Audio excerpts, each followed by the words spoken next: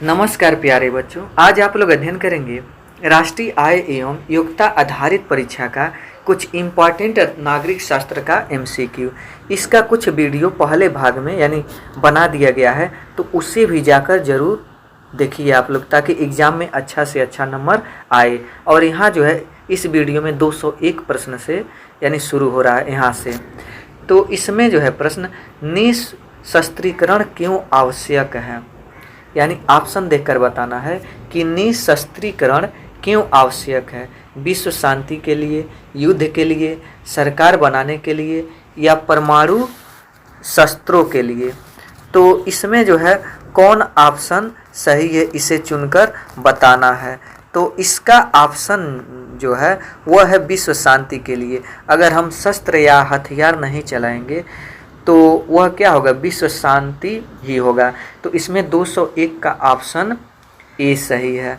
अगला प्रश्न, जाति व धर्म के आधार पर मतदान लोकतंत्र को, तो जाति व धर्म के आधार पर जो मतदान है वह लोकतंत्र को कमज़ोर बनाता है। तो 202 का ऑप्शन बी सही है। फिर अगला प्रश्न है कि राज्यपाल की नियुक्ति कौन करता है। तो राज्यपाल की नियुक्ति राष्ट्रपति करते हैं। तो 203 का ऑप्शन सी सही है। अगला प्रश्न, राज्य विधानसभा की बैठकों की अध्यक्षता कौन करता है।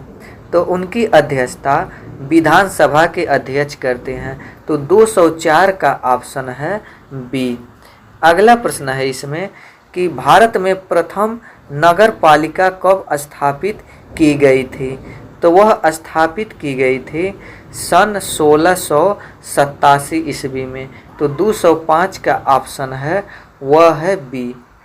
अगला प्रश्न इसमें है कि यहाँ पर लोकसभा की 2 बैठकों के बीच अधिकतम अंतर हो सकता है, यानी जो बैठक होता है उन 2 बैठकों के बीच कितना अंतर हो सकता है। तो वह 6 माह होता है। तो 206 का ऑप्शन सी सही है। अगला प्रश्न, संविधान निर्माण सभा के अध्यक्ष थे। तो संविधान निर्माण सभा के अध्यक्ष डॉक्टर राजेंद्र प्रसाद थे। तो 207 का ऑप्शन सी सही है।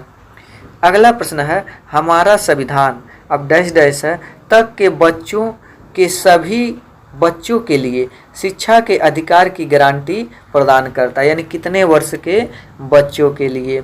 तो यह है 6 से 14 वर्ष के बच्चों के लिए। तो 208 का ऑप्शन ए सही है। अगला प्रश्न है कि MLA का पूर्ण रूप क्या है। तो MLA का जो पूर्ण रूप होता है वो मेंबर ऑफ लेजिस्लेटिव असेंबली होता है। तो यहाँ पर 209 का ऑप्शन बी सही है। अगला प्रश्न है, उच्च न्यायालय के न्यायाधीशों की नियुक्ति कौन करता है। तो भारत के राष्ट्रपति करते हैं। तो 210 का ऑप्शन ए सही है। अगला प्रश्न है, किस वर्ष से सार्वभौमिक वयस्क मताधिकार के अंतर्गत प्रत्येक वयस्क के पास होता है। तो वह वर्ष 1962 से। तो यह 211 का ऑप्शन ए सही है। अगला प्रश्न, राष्ट्रीय एकीकरण में कौन सा तत्व बाधक है।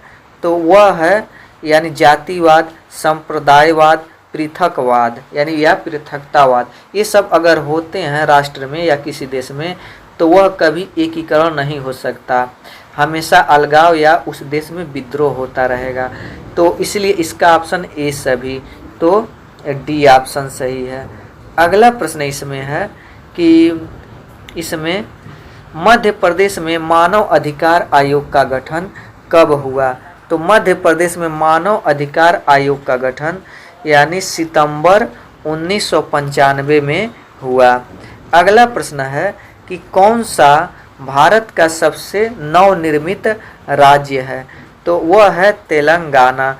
तो 214 का ऑप्शन सी सही है। अगला प्रश्न, किस देश का संविधान अलिखित है यानी लिखा नहीं गया है। तो वह है ब्रिटेन, यानी 215 का ऑप्शन ए सही है।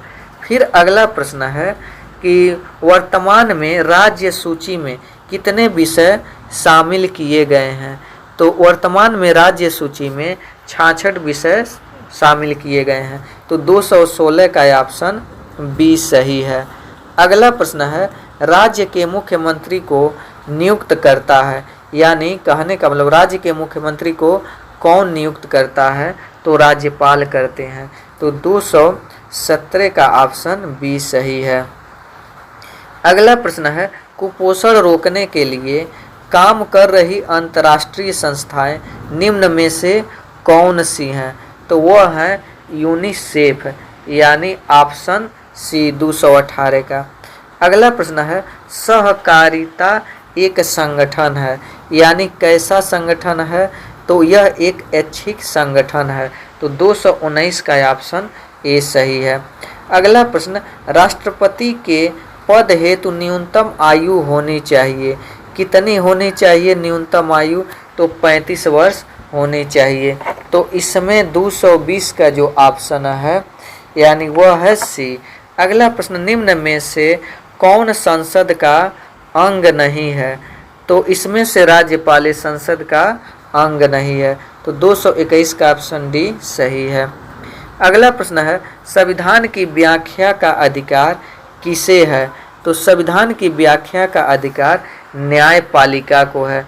तो 222 का ऑप्शन डी सही है। अगला प्रश्न, राज्यपाल पद पर नियुक्ति हेतु न्यूनतम आयु आवश्यक है, तो नियुक्ति हेतु जो न्यूनतम आयु है वो 35 वर्ष है। तो 223 का ऑप्शन सी सही है। अगला प्रश्न, भारत का संविधान किस प्रकार का है, तो भारत का संविधान सर्वाधिक व्यापक संविधान है। तो 224 का ऑप्शन सी सही है।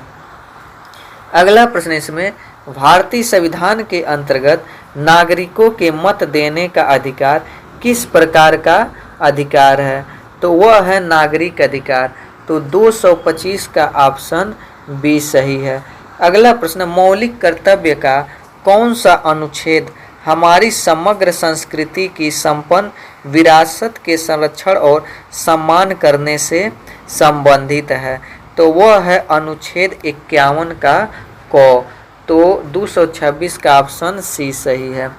अगला प्रश्न है कि भारतीय संविधान की दार्शनिक आधारभूमि क्या है, तो वह है प्रस्तावना। तो 227 का ऑप्शन सी सही है। अगला प्रश्न, भारतीय संविधान के अंतर्गत न्यायिक पुनर्विलोकन की शक्ति किसको प्राप्त है, तो वह प्राप्त है केवल उच्चतम न्यायालय को। तो 228 का ऑप्शन ए सही है।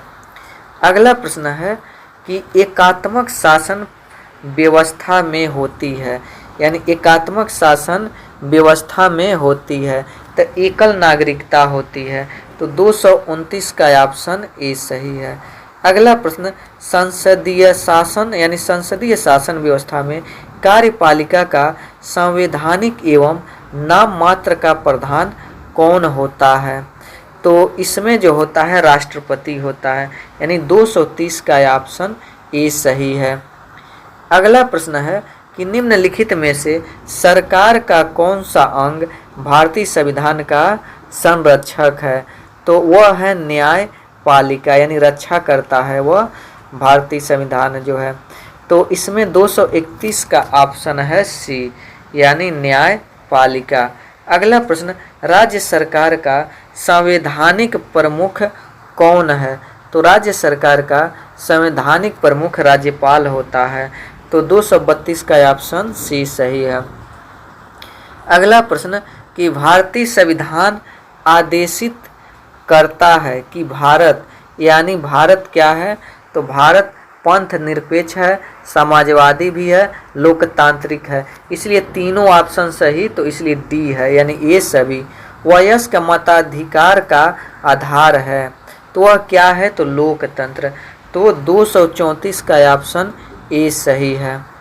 अगला प्रश्न इसमें है कि संविधान के द्वारा प्रत्याभूत अधिकार कहलाता है, तो संविधान के द्वारा प्रत्याभूत अधिकार जो है वह क्या कहलाता है, तो आर्थिक अधिकार कहलाता है।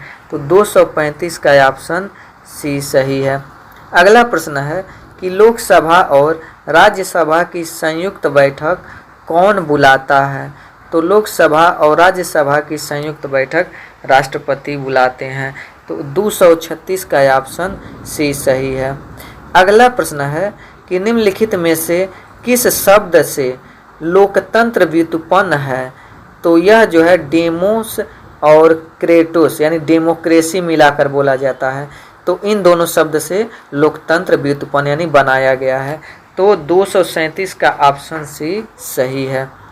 अगला प्रश्न है आदेश लेख जारी किया जा सकता है? तो आदेश लेख है वो केवल सर्वोच्च न्यायालय के द्वारा जारी किया जा सकता है। तो 238 का ऑप्शन ए सही है। अगला प्रश्न निम्नलिखित में से कौन सरकार का अंग नहीं है? तो इसमें से जो सरकार का अंग नहीं है वह है भारत का चुनाव आयोग। तो 239 का ऑप्शन डी सही है।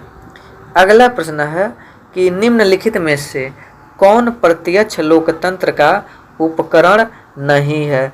तो 240 का ऑप्शन ए यानी वापस बुलाना। अगला प्रश्न मौलिक कानूनों का समुच्चय जिसके अनुसार कोई देश शासन कार्य करता है कहलाता है? तो वह कहलाता है संविधान। तो 241 का ऑप्शन सी सही है।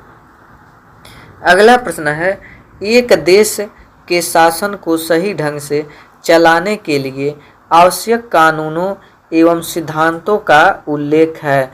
तो वह है संविधान में। तो 242 का ऑप्शन बी सही है। अगला प्रश्न है निम्नलिखित में कौन मीडिया के रूप हैं? तो समाचार पत्र भी मीडिया का रूप है, रेडियो भी है, दूरदर्शन भी है। तो इसलिए इसका ऑप्शन डी होगा यानी उपर्युक्त सभी।